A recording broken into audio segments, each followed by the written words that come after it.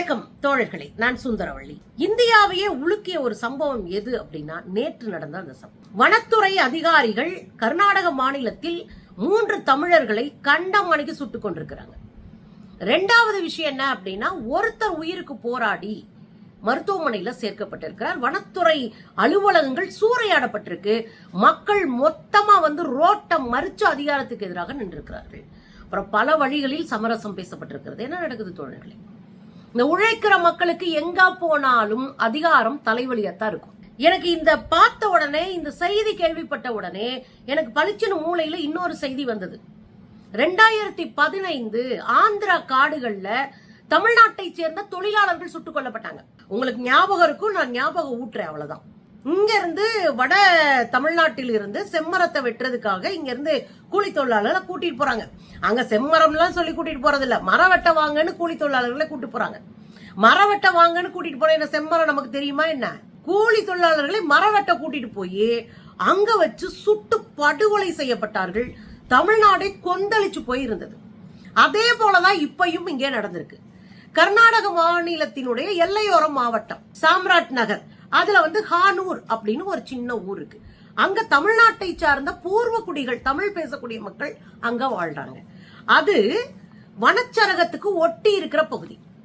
ஆடு மாடுகள் மேய்க்கனாலும் வனத்துக்குள்ளதான் போய் மேய்க்கணும், அப்படியான ஒரு பகுதி. காவிரி வனவிலங்கு சரணாலயத்தை ஒட்டி இருக்கிற அந்த வாழ்விடம் தான் அந்த பகுதி, ஹானூர்ன்ற பகுதி. அவங்க ஆடு மாடுகளை மேய்க்கிறதுக்கு அந்த காவிரி வனவிலங்கு சரணாலயத்துக்குள்ள போய் தான் ஆடு மாடுகள்லாம் மேய்ச்சிட்டு வருவாங்க. அதுதான் அவங்க வாழ்க்கை சூழல். அப்படி இருக்கும்போது நேற்று அதிகாலை ரோந்து பணிக்காக அங்க இருக்கிற வனத்துறை அதிகாரிகள் வண்டியில வந்துட்டு இருந்திருக்காங்க. இந்த தோமையார் பாளையம் என்கிற ஒரு இடத்துக்கிட்ட வரும்போது அவங்க 4 பேர் வனத்துக்குள்ள திரியறத பாக்குறாங்க. பார்த்த உடனே அவங்க உள்ள போய் அந்த 4 பேரை பிடிச்சு சட்டப்படி என்ன தண்டனையோ அதை கொடுத்துருக்கணும். இல்ல என்ன காரணத்துக்காக வந்தாங்கன்னா, ஆடு மாடு அங்கதான் மேய்க்கிறாங்க, என்ன காரணத்துக்காக வந்தாங்கன்னு விசாரணை நடத்தி இருக்கணும். அந்த 4 பேரை பிடிச்சு சட்டத்துல ஒப்படைச்சிருந்தா வேற ஈஸியா போயிருக்கும். ஆனா அப்படி எதுவுமே நடக்கல. அந்த 4 பேரை துப்பாக்கியால சுடுறாங்க. துப்பாக்கியால சுட்ட உடனே அதுல 3 பேரு சம்பவ இடத்திலேயே விழுகிறாங்க. நீங்க காவல்துறையினர் காலில் சுடுங்க, ஒருவேளை உங்களை காப்பாற்றிக்கொள்ள காலில் சுடுங்க. இன்னொன்னு, உழைக்கிற மக்கள் ஒன்னும் அப்படியே அத்துமீறி யாரையும் போய் கொல்ற ஆட்களா இல்ல. 2வது, அவர்கள் கையில நாட்டு துப்பாக்கி இருந்தது, கள்ள துப்பாக்கி இருந்ததுன்றாங்க. ஒரு ஆடு மாடு மேய்ச்சிக்கிட்டு ஒரு கிராமத்துக்குள்ள குக்கிராமத்துக்குள்ள வாழ்ற ஒரு ஆள் கையில கள்ள துப்பாக்கி எங்களை சுட பார்த்தாங்கன்னு சொல்றதெல்லாம் எவ்வளவு பெரிய வடிகட்டின பொய்ன்னு தெரியும். இந்த காவல்துறை என்ன பண்ணுது அப்படின்னா, இந்த 3 பேரை சுட்டு கொண்டுட்டாங்க. ஒருத்தர் உயிருக்கு போராடிட்டு இருக்காரு. அவரை மைசூர் மருத்துவமனையில, அரசு மருத்துவமனையில சேர்த்தாச்சு. இந்த 3 பேருடைய பாடியை கொண்டு போய் மைசூர் மருத்துவமனையினுடைய சவக்கடங்களை போட்டுட்டு தகவல் சொல்றாங்க. எவ்வளவு தெனாவட்டு திமிருன்னு பாருங்க. எளிய உழைக்கிற மக்கள்னா அதிகாரத்துக்கு ஒரு மண்ணும் இல்லைன்றதான் இதுல நம்ம புரிஞ்சுக்கிறது. அதுக்கப்புறம் அவங்க அந்த வழக்கை எப்படி ஜோடிக்கிறாங்க? ஒரு மானை வேட்டையாடி விட்டார்கள். அந்த மானுடைய கறி இருந்தது, அதோட 2 கள்ள துப்பாக்கி, சின்ன துப்பாக்கி இருந்தது அப்படின்னு வழக்கு பதிஞ்சிருக்கிறாங்க. நான் என்ன கேக்குறேன், மான வேட்டையாடினாங்கல்ல, அந்த கள்ள துப்பாக்கி மாமிசத்தோட நீ புடிச்சிருக்கணும்ல, நீ ஏன் சுட்ட? அதான் நம்ம கேள்வி. எந்த குற்றத்தை செய்தவர்களுக்கும் சட்டத்தின்படி தண்டனை வாங்கி கொடு. அப்ப நீ சுட்டைனா அங்க உன்னுடைய வன்மம் தெரியுது. ஏற்கனவே அந்த பகுதியில தான் மேகதாட்டு அணை கட்ட போறாங்க. நீங்க அந்த எல்லையோர பகுதியில இருக்கிற அந்த வனத்துறை இதெல்லாம் உள்ள போகுது, மேகதாட்டு அணைக்குள்ள போகுது. அதை நம்ம ஏற்கனவே பேசியிருக்கோம். 3 வனச்சரகங்கள், 3 வனவிலங்கு சரணாலயம் உள்ள போக போகுது. அதுல ஒண்ணுதான் இந்த காவிரி சரணாலயம். புரியுதுங்களா?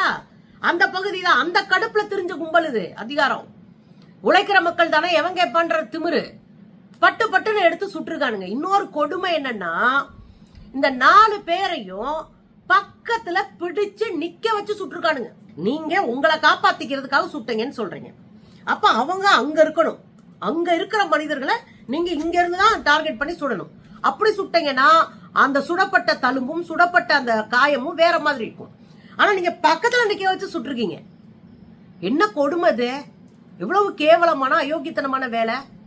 இப்ப மக்கள் என்ன வேடிக்கை பார்ப்பாங்களா?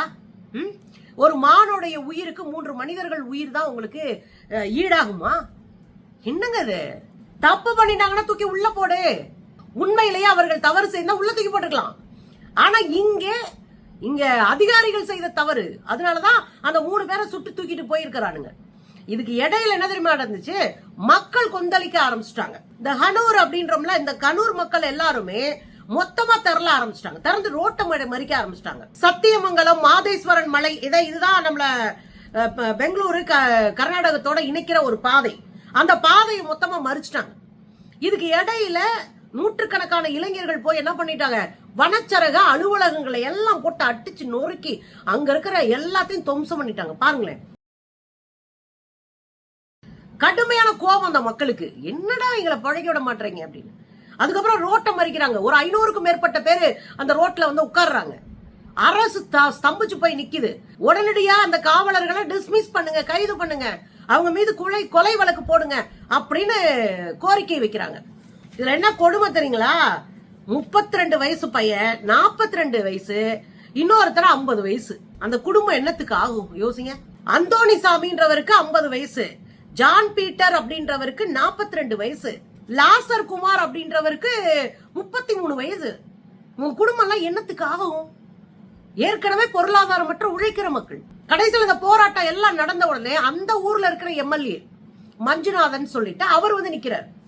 அவர் நின்று பேசுறாரு, இவங்க வந்து நாங்க உடம்பு வாங்க மாட்டோம், எங்களுக்கு அரசு நீதி கொடுக்கணும், நாங்க உடம்பு வாங்க மாட்டோம் அப்படின்னு. மைசூர் ஹாஸ்பிட்டல்ல ஒரு குரூப் போராடுது, இங்க ஒரு குரூப் போராட்டம். இது கடுமையாக அவங்களுக்கு ஒரு நெருக்கடியை கொடுத்த உடனே மஞ்சுநாதன் என்கிற அந்த ஊர் எம்எல்ஏ, அந்த மக்களுடைய எம்எல்ஏ களத்துக்கு வந்துட்டு வீட்டுக்கு 10 லட்சம் ரூபாய், அந்த 3 பேருடைய குடும்பத்துக்கும் 10 லட்சம் ரூபாய் கொடுக்குறேன் அப்படின்னு கொடுத்துட்டாரு. ரெண்டாவது அரசு கிட்ட சொல்லி 5 லட்சம் வாங்கி தரேன்னு வாங்கிட்டாரு. இப்ப அவர் இன்னொரு 2 கோரிக்கை சொல்லியிருக்காரு அரசு கிட்ட. ஒன்னு, இந்த பாதிக்கப்பட்ட குடும்பத்தை சேர்ந்த பெண்களுக்கோ அங்க இருக்கிற ஒரு குடும்பத்துல ஒரு உறுப்பினருக்கு அரசு வேலை, அதோட இந்த குழந்தைகளுடைய கல்வி செலவு முழுவதையும் அரசு ஏற்றுக்கொள்வதற்காக நான் பேசியிருக்கேன் அப்படின்னு அவர் வந்து பேசின பிறகு, அதுக்கு இடையில ராமலிங்க ரெட்டி அப்படின்னு சொல்லிட்டு அவருடைய வனத்துறை அமைச்சர் அந்த மாநிலத்துல அவர் வர்றார். அவர் வந்து போன்ல பேசி காவல்துறை மீது நாங்கள் நடவடிக்கை எடுக்கிறோம், காவல்துறை அதிகாரிகள் மீது நாங்கள் நடவடிக்கை எடுக்கிறோம், வனத்துறை அதிகாரிகள் மீது அப்படின்னு அவர் ஒரு உறுதிமொழி கொடுக்கிறாரு. அதுக்கு பிறகுதான் இந்த போராட்டம் கைவிடப்படுது.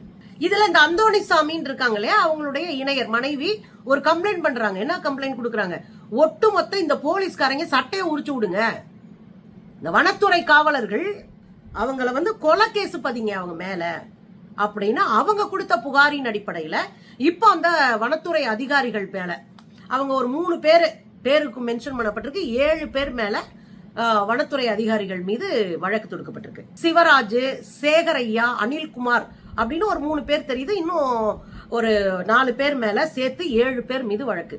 இப்ப என்ன நடந்திருக்குன்னா, ஒரு 4 பேர் இருக்காங்க, இந்த கும்பல் 7 பேர் கையில ஆயுதத்தோட உட்காந்துக்கிட்டு என்னன்னு பாருங்க உழைக்கிற மக்களை. அதுதான் எனக்கு 2015 தான் ஞாபகம் வந்துச்சு. காக்கா குருவி மாதிரி சுட்டு அந்த இடத்துல கிடந்த மக்களுடைய போட்டோ இப்ப எனக்கு கண்ணுக்கு ஞாபகம் வருது. கொடூரமா தாக்கப்பட்டிருந்தாங்க. ஜெயலலிதாவுடைய பீரியட்ல ஆந்திராவில செம்மரம் வெட்டினாங்கன்ற பேர்ல தமிழர்கள் காக்கை குருவிகளை போல சுட்டுக் கொல்லப்பட்டாங்க. ஆனா என்ன தமிழ்நாட்டுல ஒரு சாபக்கேடுன்னா, முதலமைச்சர் விஜய் வாயை திறக்க மாட்டாரு, வாயை மூடிட்டு உட்கார்ந்து இருக்கிறாரு. இப்ப சிபிஎம் செயலாளர் சண்முகம் அவர்கள் திரும்ப திரும்ப பேசுறாரு. நீங்க ஒரு கண்டனம் தெரிவிங்க, அவங்க வாழ்ற அங்க இருந்தாலுமே அவங்க தமிழ் ஆட்கள், தமிழர்கள் அவங்க, அதனால நீங்க ஒரு கண்டன அறிக்கை வெளியிடுங்க, கண்டனம் பண்ணுங்க சொல்லி சொல்லி சொல்லி அப்புறம் சாயந்தரம் ஒரு கண்டன அறிக்கை யாருக்கும் வலிக்காம. எனக்கு ரொம்ப கவலையா இருக்கு, ரொம்ப மன வலியா இருக்கு. எப்பயுமே அவனுக்கு வலிச்சிரும், எவன் செத்தாலும் வலிச்சிரும். அப்புறம் அவர் ஜோலியை பார்த்துட்டு போயிடுவாரு நம்ம அண்ணன் விஜய். அதனால ரொம்ப வலியா இருக்கு, சரியான முறையில இந்த வழக்கு வந்து திசையில போகணும், விசாரிக்கப்படணும், அப்படியாக்கும் இப்படியாக்கும், அக்கா தங்கச்சி பண்ணு இதெல்லாம் ஒரு 4-5 போட்டு மானை தேனை பொன்மானை எல்லாம் போட்டு ஒரு அறிக்கை. எரிச்சலா இருக்கு அந்த அறிக்கை பார்த்தா, எவனுக்கும் வலிக்காம ஒரு அறிக்கை. அது பரவாயில்ல, 3 பேர் அடிச்ச பிறகாவது வாய் வலிக்க ஒரு அறிக்கை வெளியிட்டாரே அப்படின்னு மன்னிச்சு விட்டுறலாம் விஜய். ஆனா என்ன நடந்துட்டு இருக்கு தொடர்ந்து அப்படின்னா, காவிரி பிரச்சனையை இந்த மக்களோடு சம்பந்தப்படுத்தி அவன் அந்த ஊர்க்காரன்றான், அந்த ஊர்ல வாக்களிக்கிறவன் ஊரை பிரிக்கும் போது அந்த ஊர் அவங்க ஊரு அங்க போயிடுச்சு, கர்நாடகத்துக்குள்ள போயிடுச்சு. மொழிவாரி மாநிலமா பிரிக்கப்படும் போது அதுக்கு அவங்க ஒண்ணும் பண்ண முடியாது. அங்க இருக்கிற உழைக்கிற மக்களை நீங்களே கொண்டு உங்க அதிகாரத்து முறை காட்டுனீங்கன்னா எங்க போய் நிப்பீங்க?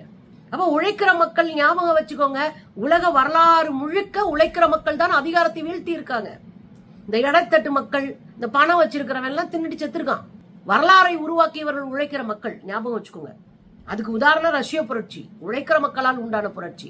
அப்ப இப்படி உழைக்கிற மக்கள் மேல எல்லாம் ஈஸியா கை வச்சுட்டு கிளம்பி போயிடலாம் அப்படின்னா கடுமையான கண்டனத்தை தமிழ்நாடு அரசு எச்சரிக்கை விடணும்.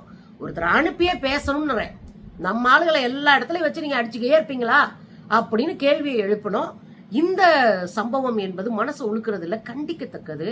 காவல்துறை காக்கி சட்டை எப்போதும் அதிகாரத்திமுறோடு உழைக்கிற மக்களை அணுகுவதை நிறுத்திக்கணும், இல்லைன்னா நிறுத்த வைக்கணும்.